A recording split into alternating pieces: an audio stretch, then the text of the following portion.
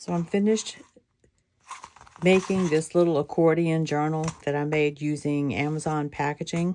I'm gonna open it up and let you take a look inside. This was really fun to make. Very easy because you didn't have to sew anything, although I did sew a cover on here. So the front is a master board that I had that I cut to fit the front and the back. And then I just added an eyelet here with added some sari silk. On the bottom down here is just a piece of linen attached to book tag, and then I just stamped the word journal across there. So I have a video out there right now where I made the base, and I'll link that below. But the next thing I did was take some metallic gold paints, copper paints, and then just took it outside and sprinkled the entire journal down with splatter. Hope you can see that. And once that was dry, I began to put the secondary collages on each of the pages. I also did some stamping throughout. I'll just do a quick flip through of this.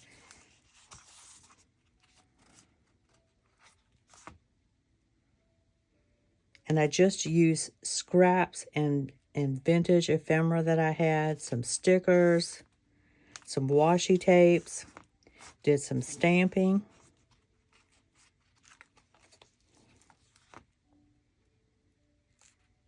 Now this here is vellum. I cut a hole through the page here and here, and then put some vellum. Actually, I printed on vellum and cut it out to fit the window, and then framed it in book page, so you can actually see through to the other side.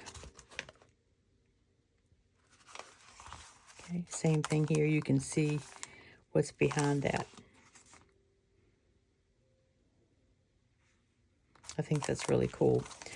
All right, and then the next page, we have this. These were some clear black stickers. Put some sentiments. Some of my vintage tape here and here. But one thing that is consistent throughout is this vintage book page. I used it throughout the entire journal.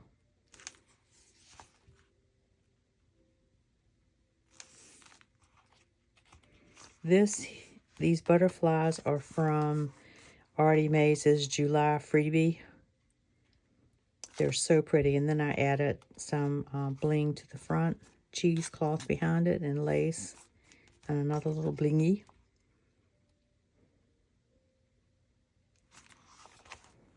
And then this page. I think this is really cute. So then you get to the back of the book. So before I go through the other side of the book, I'm going to insert a video in here showing you some of the pages that I just showed you, what the process looked like. And I'll just put that to some music.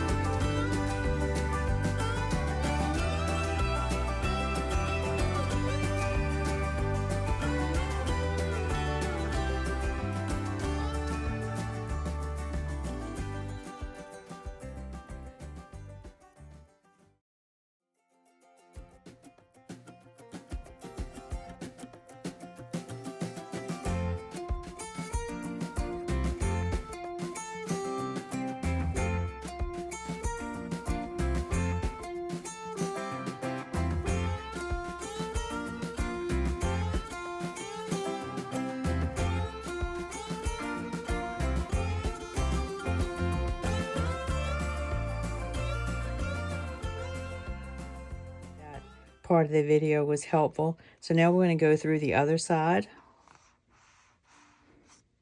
And here I have 2 envelopes that I covered in music paper. And I used a little Velcro dot here so you can close it. And there's just 2 little pockets you could put things in. This one has a window on the front of it. And then I did some decorating on the inside and some washi tapes here and here. And this closes that up. On this page, I glued down a piece of sewing tissue pattern paper and just kind of squished it up and then added this on top of it. These are 2 old tickets. This one's from 1972. This one from 1925. This one was very fragile. I'm going to put a couple of stickers and some more of that book page. And this was just a little slide that I made. That's a sticker there on the front with some book page behind it. And then I added these little brads.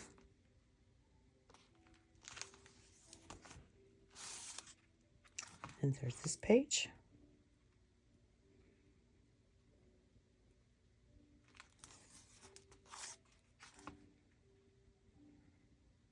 There's the other side of that window.